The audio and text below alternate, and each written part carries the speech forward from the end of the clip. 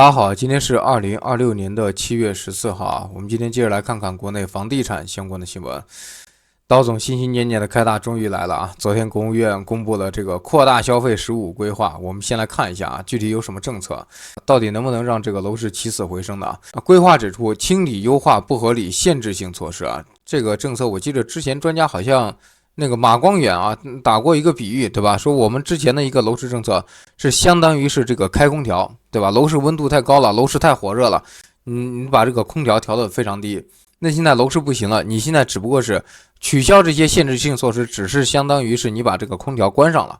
但是现在这么冰的一个温度，你真正做的应该是什么？你应该做的是加热呀，你应该做的是给它装一个暖气或者装一个什么锅炉之类的。但是现在没有，现在只不过是你看这里说的清理优化不合理限制性措施，说推动汽车等消费由这个购买管理向使用管理转变，分年限保障久摇不中无车家庭购车需求。这个久摇不中应该更多的指的是北京区域吧？你像全国其他的一些这个什么2、3线城市，你买车现在怎么可能买不到呢？实在不行你去买新能源，新能源应该也不牵扯摇号，对吧？反正在我看来，这个政策基本上就是给北京那边出的。但是你说能带动多少汽车销量吗？我感觉也不太乐观，对吧？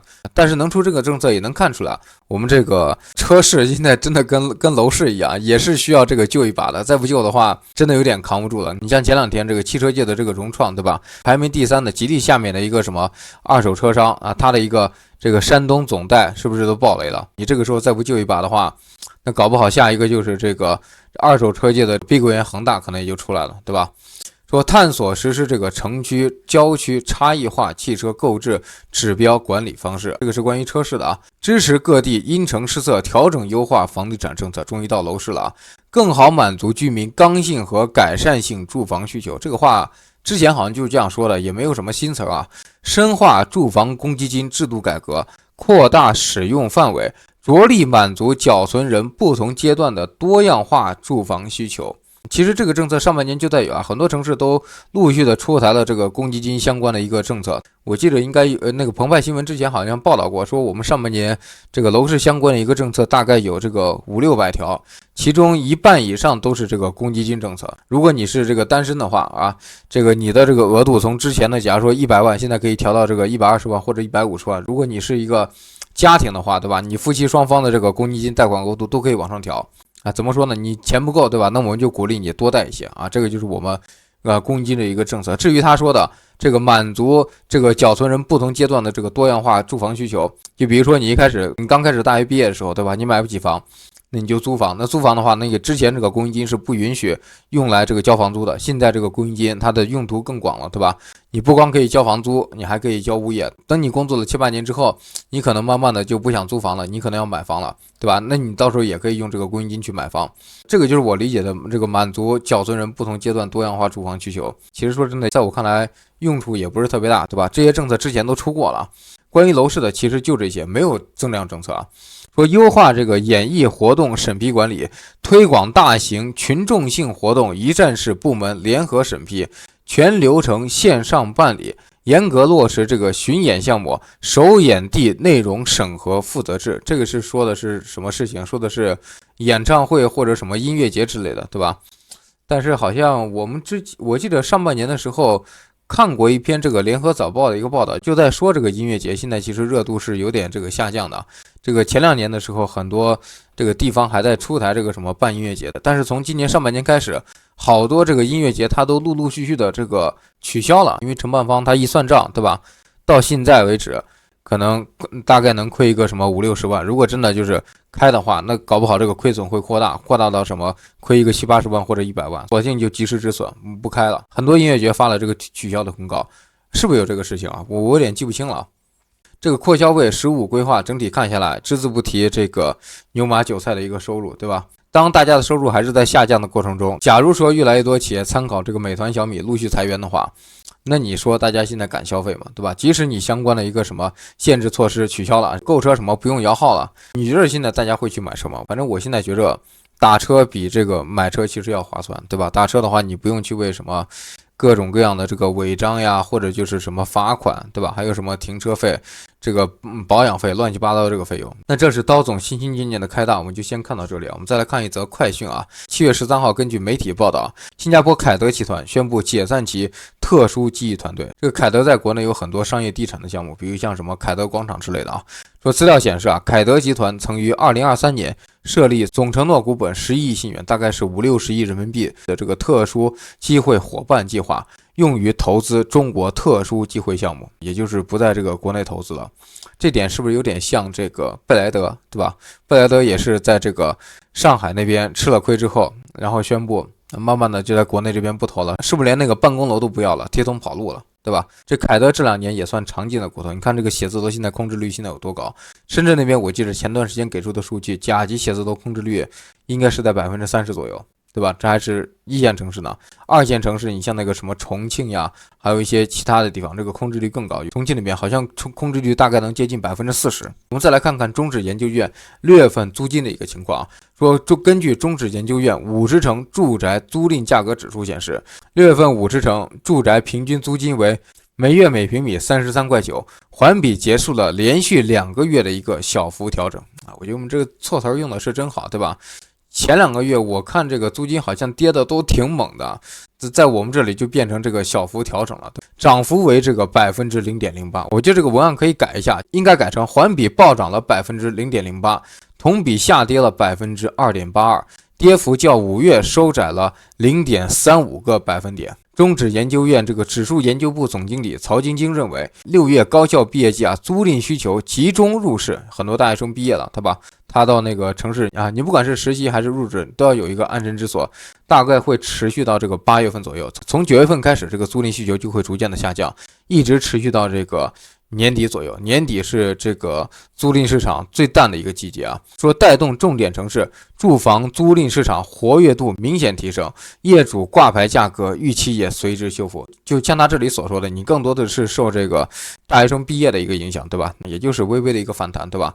过了这2个月之后，租金该怎么跌还是怎么跌。你像这涨幅0.08%，基本上就是持平，微乎其微的，基本上可以忽略不计，对吧？也就是租赁旺季的时候，我们这个租金是持平的。那你想想看，在租金淡季的时候，这个租金应该是怎么走，对吧？接下来我们再来看一个视频啊，听听专家对这个现在该不该买房有什么样的一个看法啊。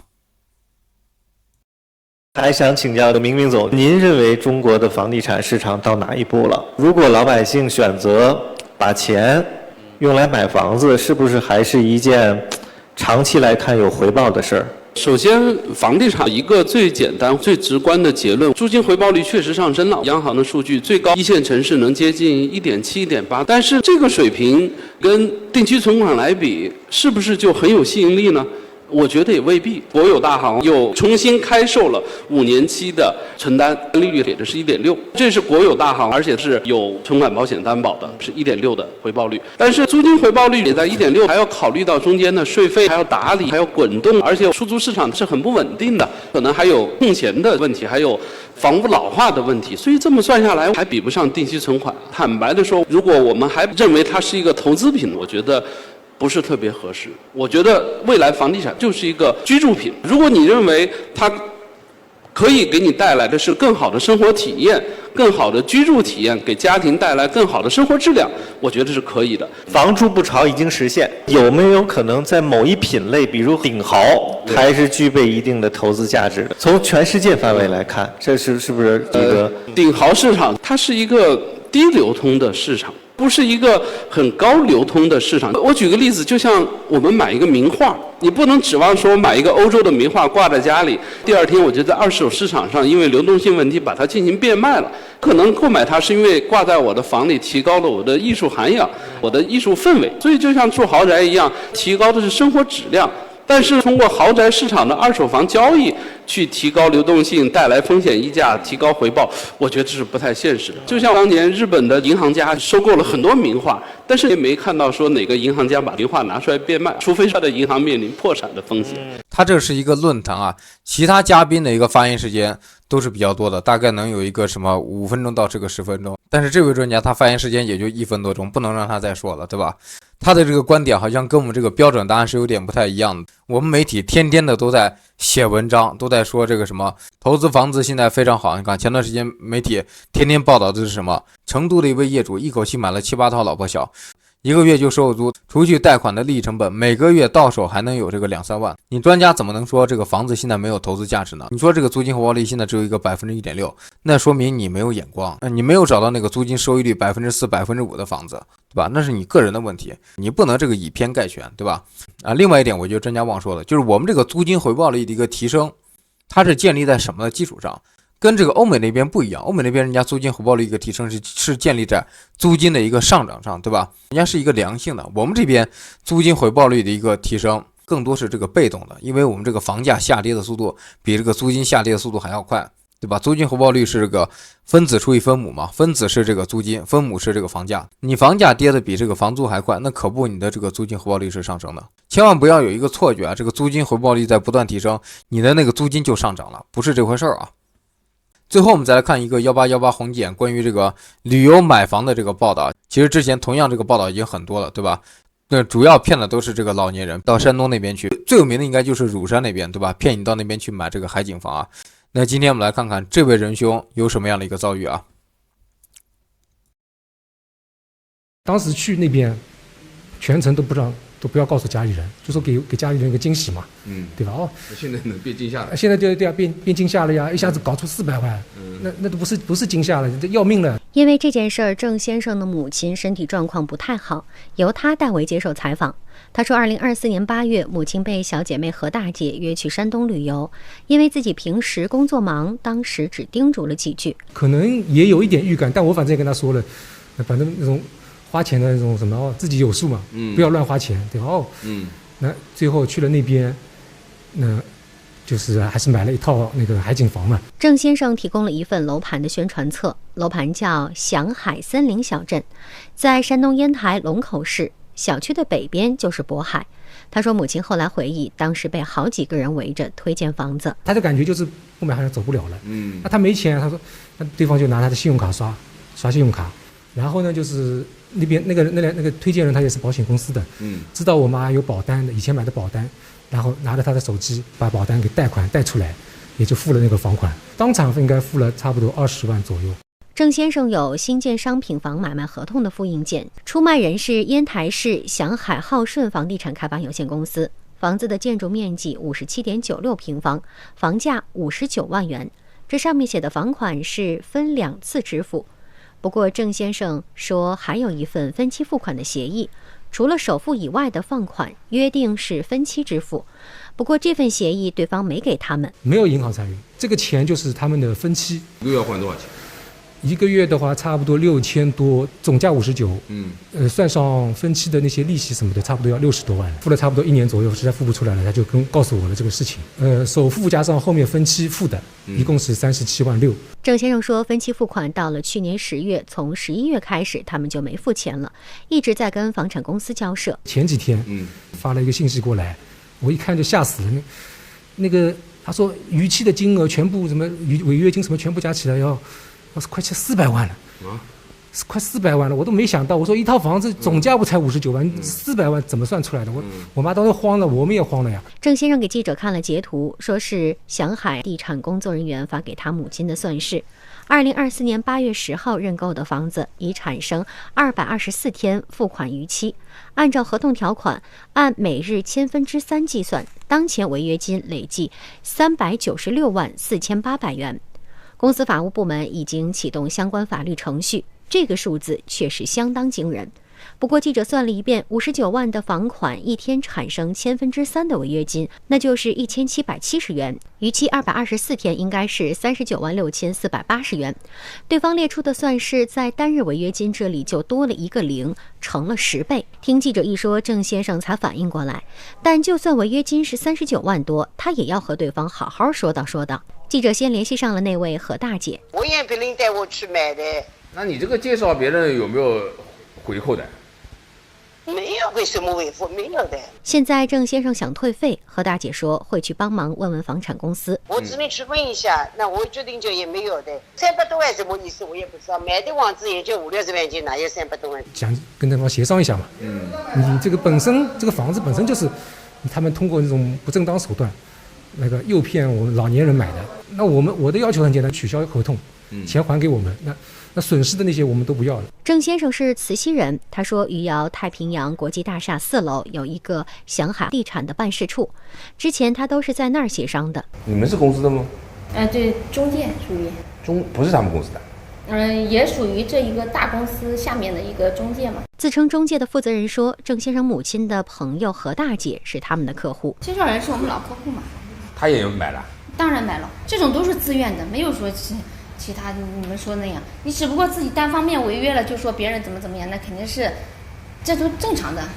你不能光说别人，你自己是成年人呐，是不是？你退肯定不可能的。那有没有什么处理方案啊？处理方案走法律程序嘛。啊，这么直接？那是法治社会嘛，你肯定单方面违约是不行的呀。至于违约金，负责人说都按合同来。郑先生表示他会考虑走法律途径。1818黄金眼记者宁波报道。你看是不是同样的套路，对吧？山东那边我也不知道这个叫什么，这个龙口市还是什么，我不太清楚，应该是一个下面的一个这个县级市之类的，房价能到这个1万1平。当然这个县级市房价也有高的，对吧？江浙这边县级市房价也要这个1万多，但是山东那边县级市房价能到1万多吗？就你看这些房产公司、房产中介，这真的是没有道德底线啊！说白了就是坑蒙拐骗，对吧？我是建议啊，我们国内这个未成年人保护法能不能就是修改一下，把这个老年人也列入进去，对吧？就是年龄低于这个18岁以下，再加上这个年龄70岁以上这个老人，都应该被归类为不具备完全民事行为能力。假如说老年人去签了这个合同，作为子女，我们应该可以向这个法院申请，是认定这个合同无效，因为他不具备这个行为能力。我是建议我们这个法律做适当的一个修改，要不然这样的话，这个老年人真的是太好被骗了，而且这个子女真的也没办法。我们前2周的时候不是连瑞小伙伴吗？他专门从这个美国回来，就是处理这个爸妈被骗的这个事情，还跟我们交流，说现在看有什么办法没有？就毕竟自己一个人在美国也管不了这个父母。我说真的没办法，他不被这个骗，他就被那个骗。那即使不买房了，也可能会被这个卖什么保健品、卖什么床、卖什么枕头的骗，对吧？你就拿我外婆来说，我外婆买了一个枕头，花了几千块钱，自己天天的省吃俭用的，但是你说一骗就被骗了个几千块钱，你说你找谁说理去？没办法啊。好吧，那今天要不然就先说到这里啊。最后还是希望大家多多的点赞评论，谢谢大家啊。